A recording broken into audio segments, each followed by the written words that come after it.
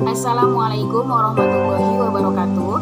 Perkenalkan, nama saya Amria. Saya dari BKI 5E, UIN Sultan Maulana Hasanuddin Banten, Fakultas Dakwah, NIM 1915-20182. Saya akan menjawab pertanyaan dari mata kuliah konseling keluarga, dosen pengampu Dr. Andes Eni Nuraini, MSI.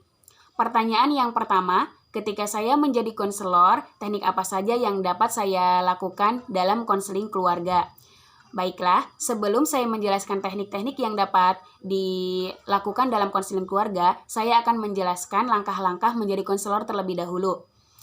Yang pertama, sebagai konselor, saya harus bisa mengenali lingkungan klien. Yang kedua, saya harus bisa memahami permasalahan yang dihadapi oleh klien.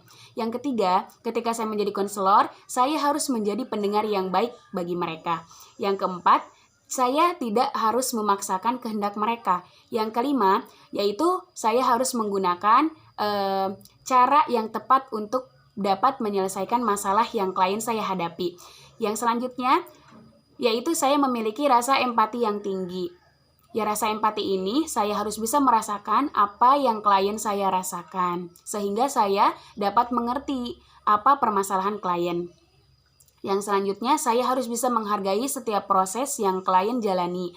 Yang selanjutnya yaitu saya harus bisa menjaga rahasia klien saya dari siapapun.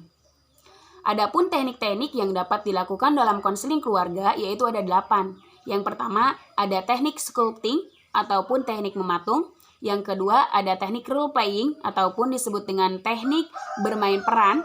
Yang ketiga, ada teknik silent ataupun berdiam diri.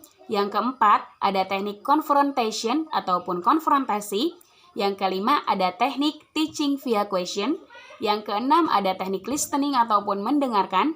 Yang ketujuh, ada teknik recapitulation ataupun mengikhtisarkan sebuah masalah. Yang kedelapan, ada teknik summary ataupun teknik penyimpulan. Pertanyaan yang kedua, apa manfaat yang dapat saya ambil dari kegiatan webinar?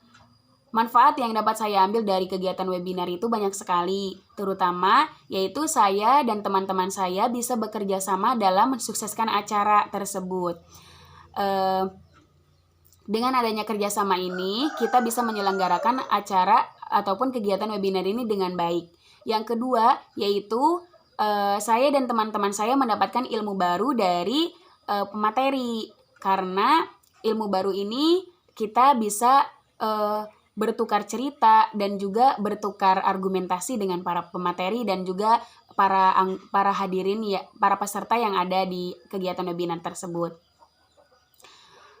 Menurut saya, acara webinar ini sangat bermanfaat, terutama bagi kita, generasi-generasi milenial, karena ketika kita tidak bisa mendapatkan ilmu di kelas, maka kita bisa mendapatkan ilmu di luar kelas, yaitu dengan adanya acara webinar ini, kita sebagai remaja ataupun mahasiswa, kita dapat bertukar argumentasi dengan pemateri dan juga bertukar argumentasi dengan peserta, dan kita juga bisa tahu bagaimana permasalahan-permasalahan yang terjadi. Mungkin itu aja yang dapat saya jawab dari pertanyaan konseling keluarga. Terima kasih, kurang lebihnya saya mohon maaf. Wassalamualaikum warahmatullahi wabarakatuh.